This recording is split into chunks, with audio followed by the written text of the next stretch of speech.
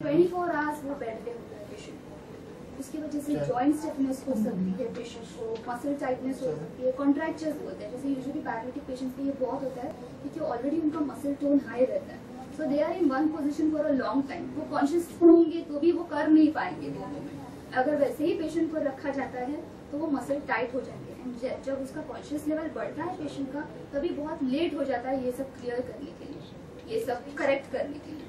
तो ये ना हो इसके लिए लिम्ब फिजियोथेरेपी दी जाती है। लिम्ब फिजियोथेरेपी मतलब हर जॉइंट पर आइदर पैसिव मूवमेंट्स या फिर अगर पेशेंट खुद कर पा रहा है तो या उसको असिस्ट करके अगर वो मूवमेंट कर सकता है तो उसको लिम्ब फिजियोथेरेपी दी जाती है। लिम्ब फिजियोथेरेपी और इसके लिए इम्पोर्टेंट है क्योंकि अगर पेशेंट बेड रिडन है ज्यादा देर के लिए तो और भी कई कॉम्प्लिकेशन है, जैसे कि बेड सोर है, काफी बार हील के नीचे या कमर के नीचे बेड सोर्स हो सकते हैं। आप चांदा पड़ते हैं बोलते हो ना, वैसे स्किन पील हो जाता है एंड बेड सोर्स हो सकते हैं। तो इसमें positioning and physiotherapy helps. Okay, limb physiotherapy. Also there are chances of deep vein thrombosis. Deep vein thrombosis मतलब कंटिन्यूअस एक पोजीशन में लेट होने की वजह से जब हम नॉर्मल चलते हैं तो अपने काफ मसल्स जो है वो ब्लड पंप करते हैं, कंटिन्यूअसली ब्लड का मोशन होता है।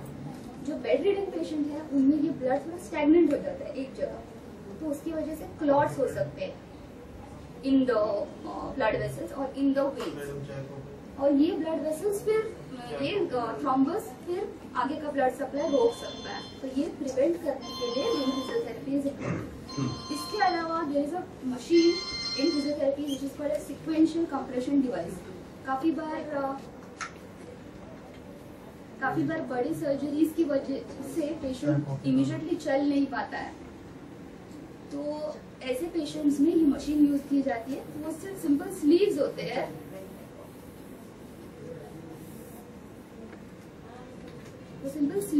जो लेग को लगाए जाते हैं एंड वो पंपिंग एक्शन कुछ बलून की तरह और ऑल्टरनेट लेग को जो काफ पे प्रेशर देता है और इसकी वजह से सर्कुलेशन मेंटेन रहता है। तो जब तक पेशेंट आपका चलता नहीं है, वॉकिंग शुरू नहीं करता है, तब तक यूजुअली ये मशीन यूज किया जाता है, जिसे एससीडी कहते हैं। Now equipments in physiotherapy department of Bhatia hospital, आप नीचे डिपार्टमेंट देख सकते हैं। फिजियोथेरेपी डिपार्टमेंट हम लोग we have a wide range of electrotherapy and exercise therapy equipments. Electrotherapy equipments में भी है short wave diathermy. Short wave diathermy SWD बहुत जल्दी सुना होगा बिकॉज काफी फ्रिक्वेंटली पेशेंट को ये प्रिस्क्राइब किया जाता है। शॉर्ट वेव डायथर्मी एक हीट का ट्रीटमेंट है, इसमें मेनली हीट यूज होता है। इसमें 2 पैड होते हैं और उसके बीच इलेक्ट्रिक फील्ड क्रिएट होती है। ये नॉर्मल जो हम लोग इलेक्ट्रिक पैड या गर्म पानी का सेक लेते हैं उससे काफी अलग होता है बिकॉज ये 27 मेगाहर्ट्ज का मशीन है, जिसमें से ये इलेक्ट्रिक फील्ड क्रिएट होने की वजह से ये जो हीट है वो आपके डीप इनर टिश्यूज तक जाती है। जो आप नॉर्मल सेक लेते हैं, घर पे गर्म पानी का सेक लेते हैं या इलेक्ट्रिक बैग का सेक लेते हैं, वो स्किन की कुछ लेयर्स ही हीट कर सकता है, उसकी हीट अंदर तक नहीं जाती है। So short wave diathermy. Long wave diathermy का वेव फॉर्म भी शॉर्ट वेव डायथर्मी की तरह ही होता है, लेकिन आप मशीन देखोगे तो थोड़ा कॉम्पैक्ट मशीन होता है और सिर्फ उसमें एक ट्रीटमेंट हेड होता है। जैसे सोनोग्राफी में हेड होता है वैसे लॉन्ग वेव डायथर्मी में होता है। और अगेन ये हीट ट्रीटमेंट है, लोकलाइज पॉइंट्स है, एक पर्टिकुलर पॉइंट पे प्रेशर से पेन होता है, वो पॉइंट्स के लिए लॉन्ग वेव डायथर्मी यूज किया जाता है। लेकिन ट्रैक्शन में ट्रैक्शन का सिंपल मतलब है टू पुल। सो नेक है, स्पाइन है, ये एरियाज को यूजुअली ट्रैक्शन दिया जाता है and the machine is with the bed.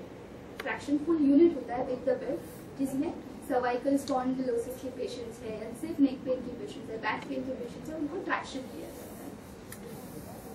Then there are hot packs and cold packs, ये पेन रिलीविंग के लिए है। पैराफिन वैक्स पार्ट जैसे मेन का सेक बोलते हैं वो है। काफी बार फिंगर्स, स्मॉल जॉइंट्स जैसे फिंगर्स है, रिस्ट है, एंकल है, इसमें पेन होता है या फिर पोस्ट सर्जरी के काफी पेशेंट्स आते हैं कि पोस्ट फ्रैक्चर है, फिर स्टिफनेस आया है, प्लास्टर में बहुत दिन से था, मूवमेंट नहीं होती है, तो ऐसे पेशेंट में पेन रिलीविंग के लिए पैराफिन वैक्स थेरेपी दी जाती है एंड फिर मोबिलाइजेशन और एक्सरसाइज से मूवमेंट रिकवर की जाती है। देन इंटरफेरेंशियल थेरेपी एक करंट ट्रीटमेंट है, मोस्टली मसल स्पैज़म रिलीव करने के लिए, स्वेलिंग इंटरनल रिलीव करने के लिए। लो फ्रीक्वेंसी करंट है जिसमें करंट जैसा फील होता है, वो यूज किया जाता है। Then there is ultrasound therapy. Ultrasound therapy are again sound waves local pain जो होते हैं, अगर उसमें अल्ट्रासाउंड जो सोनोग्राफी की का हेड होता है वैसे हेड होता है, लेकिन जो सोनोग्राफी में जो मशीन यूज होती है और जो फिजियोथेरेपी में मशीन यूज होती है उसकी फ्रीक्वेंसी में फर्क है। वो डायग्नोस्टिक पर्पसेस के लिए है और ये ट्रीटमेंट के पर्पस के लिए है।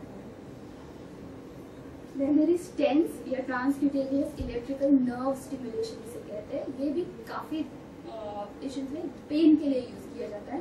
काफी बार बैक और नेक पेशेंट्स को रेडिएटिंग पेन होते हैं, यानी नेक दर्द कर रहा है उसके साथ हाथ में दर्द कर रहा है या हाथ में नमनेस है, ऐसे पेशेंट्स के लिए टेंस यूज किया जाता है।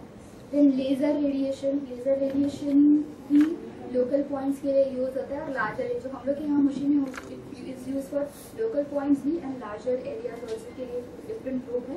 एंड लेजर का ये फायदा है ओपन वुंड्स में भी दिया जा सकता है for faster healing. Diabetic neuropathy है, डायबिटिक वुंड है, उसकी हीलिंग के लिए भी लेजर यूज किया जा सकता है।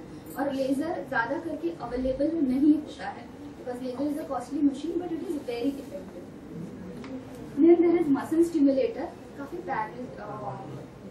नर्व पाल्सीज के केस आते हैं, जैसे एक्सीडेंट्स हुए उसके बाद हैंड पैरालाइज हो गया है या फेशियल पाल्सी आपने सुना होगा। काफी बार ईयर इन्फेक्शन की वजह से एक साइड का फेस पैरालाइज हो जाता है, उनमें स्टिमुलेशन किया जाता है। हर मसल एक मसल को स्टिमुलेट किया जाता है, वो करंट की वजह से मसल वर्क होता है, तो वो muscle stimulator we have. Then there is extension CPM. अगर आप में से किसी के यहाँ पे किसी का नी रिप्लेसमेंट सर्जरी हुआ रहेगा तो आपको पता होगा एक नी बेंड करने के लिए मशीन होती है, उसे सीपीएम कहते हैं, कंटिन्यूअस पैसिव मोशन। अब ये मशीन बहुत जो ओल्ड मशीन जो अवेलेबल है इसमें एक्सटेंशन नहीं है, यानी ये बेंडिंग में हेल्प कर सकता है आपको, लेकिन ऑपरेशन के बाद कई बार ड्रेसिंग की वजह से या बैंडेजिंग की वजह से स्लाइटली नी बेंड रह जाता है, पूरा स्ट्रेट नहीं हो पाता है या पूरा एक्सटेंशन नहीं हो पाता है। तो we have this new machine called extension CPM, जिसमें जो एंड रेंज का जो नी नीचे फ्लैट जाना चाहिए वो स्ट्रेच आउट करता है। So that extension CPM we have.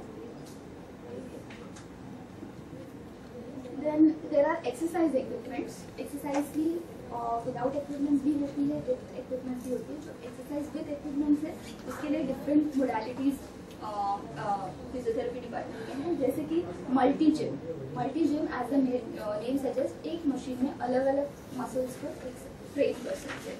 Shoulder के लिए यूज होता है, ये नी के लिए यूज हो सकता है, हिप के लिए यूज हो सकता है, एल्बो के लिए यूज हो सकता है।